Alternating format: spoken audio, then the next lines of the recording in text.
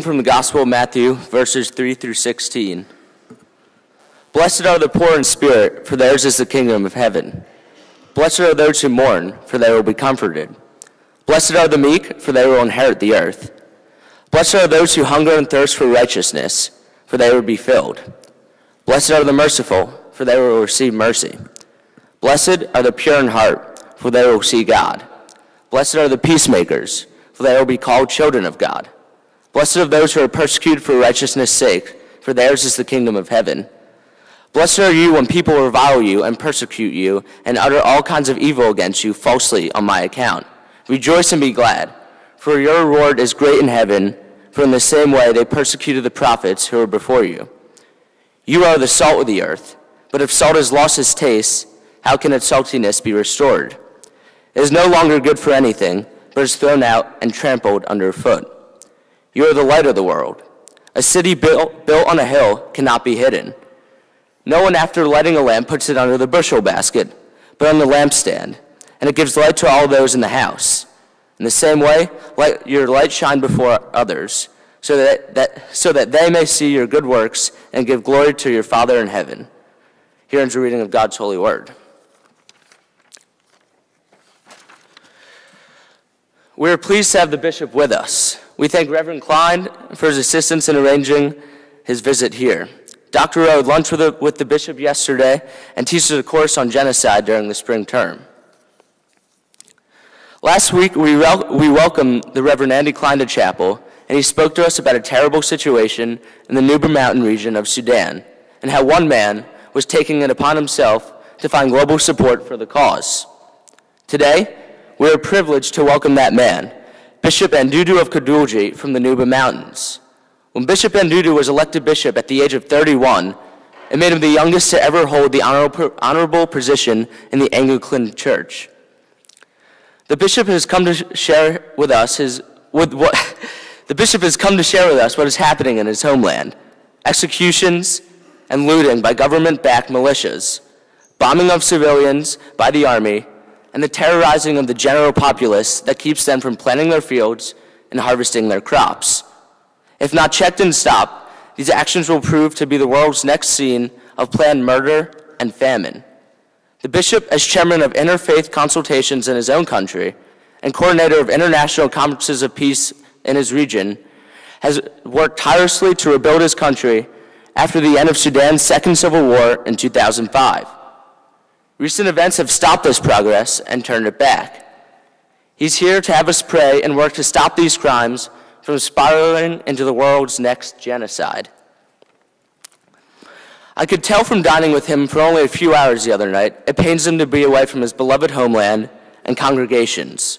Bishop is currently in the U.S. to find the support of the American people and the world as a whole. His story is one of honor, courage, and love. Although I've only known the bishop for a few days, I still believe he is one of the kindest, humblest, and most dedicated men I've ever had the privilege of meeting. Please stand to greet Bishop Andudu Adam Elnail.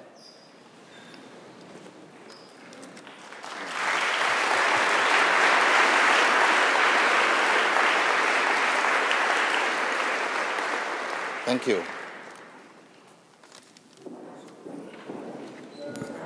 Okay. Good morning. I'm very delighted this morning to be with you in this great school to share some of my testimonies and what is going on in my country, Sudan, especially in Nuba Mountains. I came here last May for the treatment. I was sick for some times, and one of my friends from Louisiana asked me to come over here. And after I came here, the war broke out in my town. Then they shoot my house. They destroyed everything in my house, including the roofs. I will show you the reason after some times. And they went to the Odyssean office. We have 4 offices. They burned all the offices, including the cyber cafe for the church. And then also we have guest house. Everything was looted. And the cathedral was the same. So my pastors, they have escaped, and we got the list for the people wanted to be killed by the government. In the list, we have many pastors from my church, including myself. And we are trying to get these pastors to secure places. Now we have taken some to Egypt, that's a neighboring country, and some of them in Southern Sudan, that's the new country. The reason of the war is that 1956, British left Sudan. They colonized Sudan for many years. When they left, the leadership of the state, political leadership, were left in the hands of Muslim Arabs. And then they controlled the people, the black people, all these years, who have fought 21 years. Then last year, people of Southern Sudan vote for separation. So there is a new country now in Southern Sudan. But for us, we are just in the border. We are counted in the north. The Northern Sudan, most of the people are Muslims, and we are minority as Christians. And the reason of fighting is that the Arabs don't recognize our religion, our culture, and they are taking all our resources because they are in power. They're the ruling party. So we have been tried with peaceful ways for many years, but it was not possible. Now what is going on, the people are killed, and some of them, they ran to the caves. We have many mountains, and they stay there for the safety. And the rest of them, they went to Southern Sudan, and there is very little food. And the rain is going to stop this month, and it will be very difficult. The bombs, not only on the soldiers, but even on the civilians. Markets, churches. Yesterday I received an email that one of the churches was bombed and 7 people died. So I have instructed people in my diocese not to pray in the churches, but under the trees and at night in the caves. That will be safe. So I started to talk to the U.S. government, and I had it testifying in the hearing in the Senate, and I talked to the UN, UN Security Council, to help the people. I was asking for 4 things. I asked them to help in stopping the bombings. Those are bombing the schools and churches, markets. And I asked them, secondly, to allow the humanitarian organizations to give food for the people in Nuba Mountains. And the other thing I asked for the deployment of the UN troops to monitor the human rights in the Nuba Mountains. And the 4 things, I asked them to come together to pressure both sides to come for peace negotiation.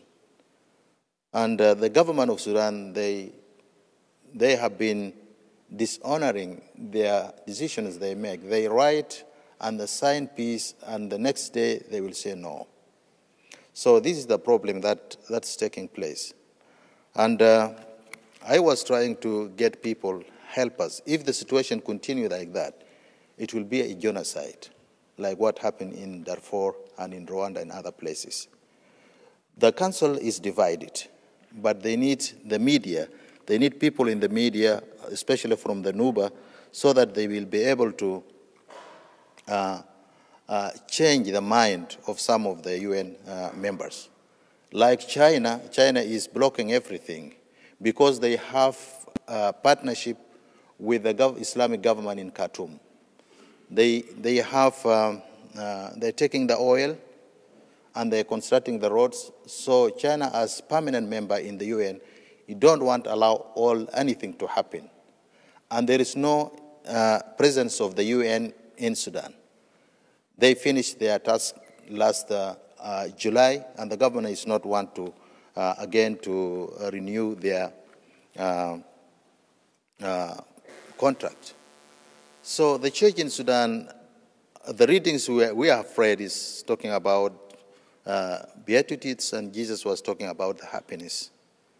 And I was trying to how to relate these things in my work that we are doing. The church have done a lot of things. The passage we read is talking about the salt. The salt really is making the food taste good. So the salt is very important in our food. So the Bible, when he says we are the salt of the world, it means that we give taste to the life. And secondly, the salt also is helping, if you are packing the food for the meat, for tuna fish, and all this, the salt helps the food for a long time to preserve the food. So we as Christians is to preserve the standards of the Bible. In Sudan, we use salt to help in healing. For example, if something cut you, you will put the salt in the wound. It will cure, and it will bring healing. So as Christians, we need to be people who bring hope, bring healing to the wounded society, to bring forgiveness. So in our place, the church and the work that I was doing, I am trying to bring the Christians and Muslims together. I am the chairman of Interfaith. In the time, I have difficult time. For example, in one of the churches, it was occupied by the Muslims, and the church house, the garden. Then when I went there, I asked them to leave the house. We are coming to pray there. We are going to pray in the church. The Muslims, they have a different tradition. I sent 2 men to ask the Muslim chief to send 2 people to come and slaughter the he-goat, the goat that was given to me to share together, because they don't eat any meat or any animal which was slaughtered by the Christians. So it was amazing. He sent some people, and then I invited them, we shared together. And that was the end. And one of the big conferences, I brought 75 Christians, 75 Muslims. We stayed together for 1 week. So we had very good resolution. The Christians visiting us in the Christmas, and we are also visiting them.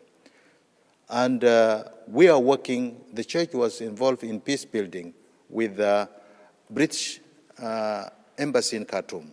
We have done reconciliation in the communities.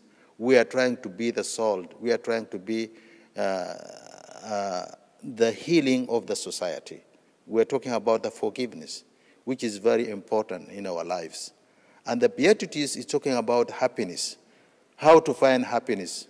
Sometimes we are looking for the happiness. We say, for example, if I buy this phone, I will be very happy. If I buy this car, I will be very happy. If I have a nice house, if I have a nice room, I have a nice sweater, jacket, I will be happy. But in the same time, you find yourself, you will say, if I get rid of this phone, I get the new one, I will be happy. So where is the happiness? Always we are trying to do this to be happy. It's not bad to try to be happy. But the true happiness is in Jesus. That is the true happiness. The happiness of the world, it will not end. The things we are running after in the world, it will not end.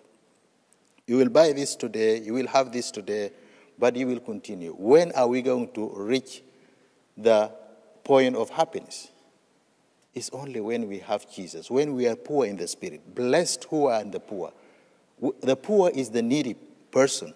When we need the Spirit of God, when we need the happiness of God, God is there to give us. And I have spoken along, and maybe I will give time for you to ask some questions, and that will make you to understand well about the situation and about what we are doing. Thank you so much.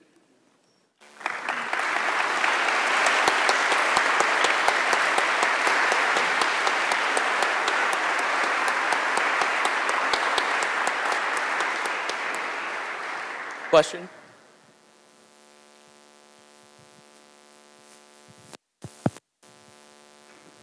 Bishop, the Nuba Mountains seem very far from here. It seems like a very distant issue. How can we make it? How can we help? Like, it seems like it's so far from us. It seems like it's an issue that we can't really have an effect or change on. What advice can you give us that we can help? Okay. He asking how we can, the student or people here can help. First of things, in your prayers, I know you are praying. You remember us in your prayers. Pray for the people of Sudan to have peace and to have freedom. Secondly, in your community, you can write to your congressman, you talk to other people through emails, Facebook, Twitters, and use the technology to spread the news. If we have more the news, then people will listen. They will say there is something important here. For example, writing letters to the president, signing something to the president. That's how really these things can go, because the world is divided, the UN is divided, but if there is people, so much people aware of what is going, then they will put them in the spot to change the way they are acting.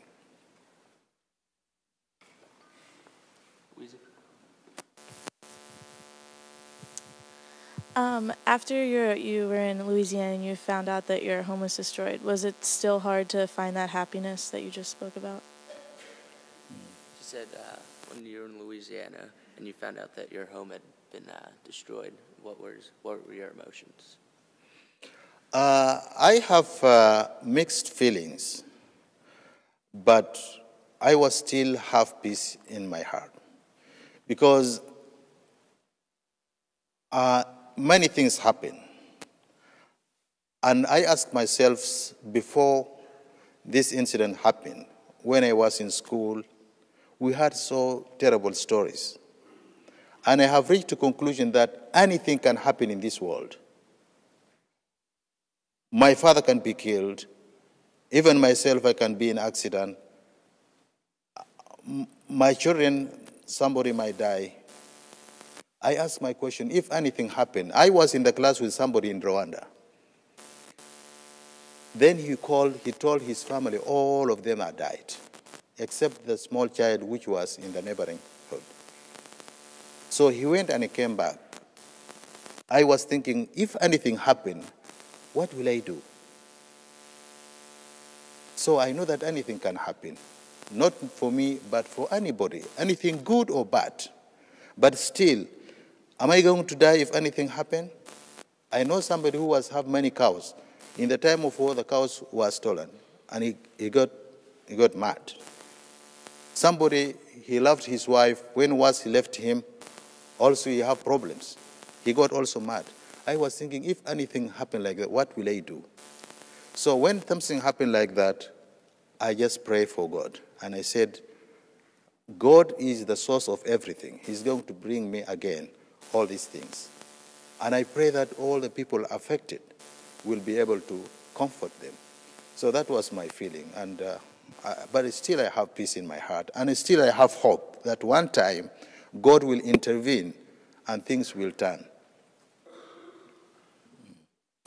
We have time for a final question.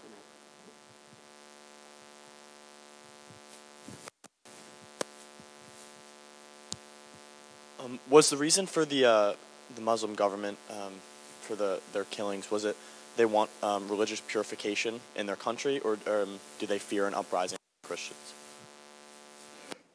The reason for the government fighting our people, Islamic government, they want our land, which is very resourceful.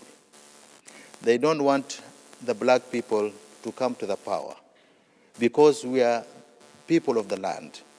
For them, they came from somewhere in 16th century. So they want to control everything. They want to take all our resources. That's why they don't want anybody as a leader. Trying to bring people together, they don't like him. For example, as the church leaders, they don't like them. And any educated leader in black people, they don't like them. That was the reason after the killings of all these people. Well, thank you on Catherine Piscal, for coming to speak to us today.